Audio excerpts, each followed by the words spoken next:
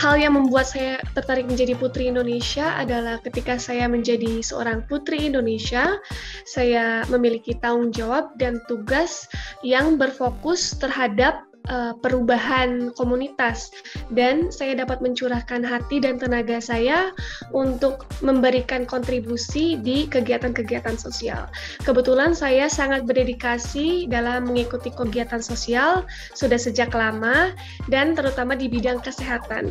Maka dari itu semoga yang saya lakukan ini dapat memberikan dampak yang cukup baik untuk masyarakat. Dan selain itu, peran sebagai Putri Indonesia tidak hanya saja memberikan suara, namun juga memberikan suatu aksi yang nyata. Maka dari itu, hal ini dapat dijadikan sebagai contoh untuk masyarakat semuanya agar dapat memberikan kontribusinya dan juga menjadikan contoh untuk generasi muda.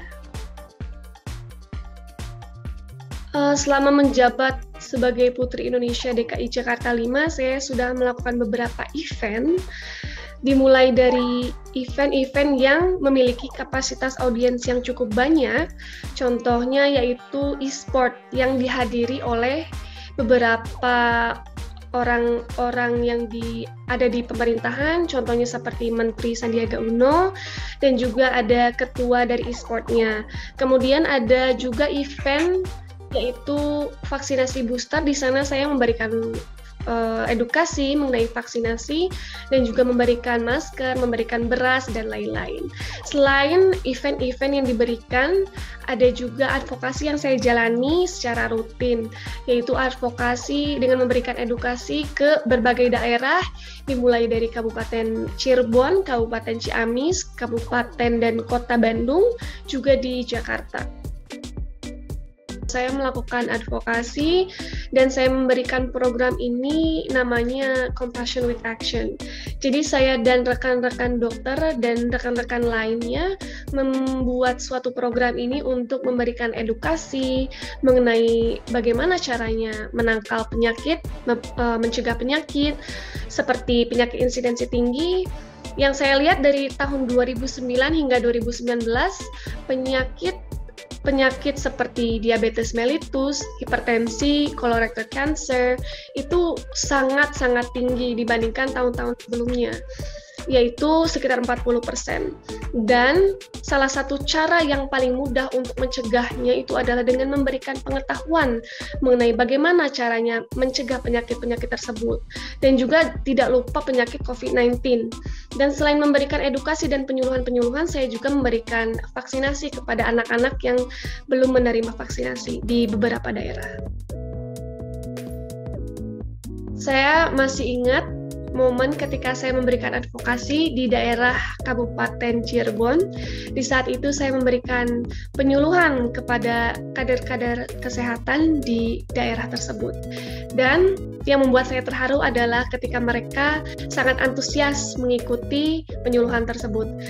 Waktu itu saya memberikan permainan ular tangga, sehingga dapat bermain dan juga menjawab pertanyaan-pertanyaan mengenai bagaimana memberikan nutrisi yang baik kepada keluarga.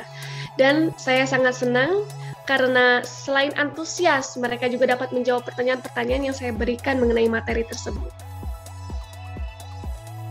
Ketika saya merasa lebih meningkatkan rasa empati yang tinggi, keinginan kuat untuk membantu, dan juga mengerti bahwa arti kebersamaan itu sangatlah penting dan memaknai hidup yang lebih dalam.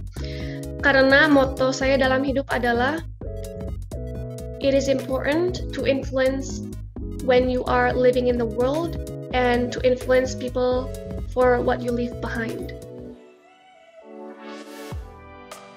Hal itu merupakan kesempatan yang sangat-sangat luar biasa, dan saya merasa terhormat bisa bertemu dengan Bapak Presiden, yaitu Bapak Jokowi. Dan di saat itu saya dapat berkesempatan untuk bertukar informasi dan opinion mengenai pembangunan ekonomi, mengenai pemindahan IKN juga. Dan saya rasa mengenai IKN itu adalah suatu move yang sangat tepat karena populasi di Pulau Jawa sangat tinggi, yaitu sekitar 55-56% dari seluruh populasi di Indonesia. Dan pembangunan ekonomi pun pemerataannya tidak rata, hanya berpusat di Pulau Jawa saja, terutama di Jakarta. Maka dari itu dengan pemindahan IKN ini dapat menjadi suatu move untuk mengubah dari ketidakpemerataan dari ekonomi dan bisa membantu dari tujuan-tujuan bangsa Indonesia.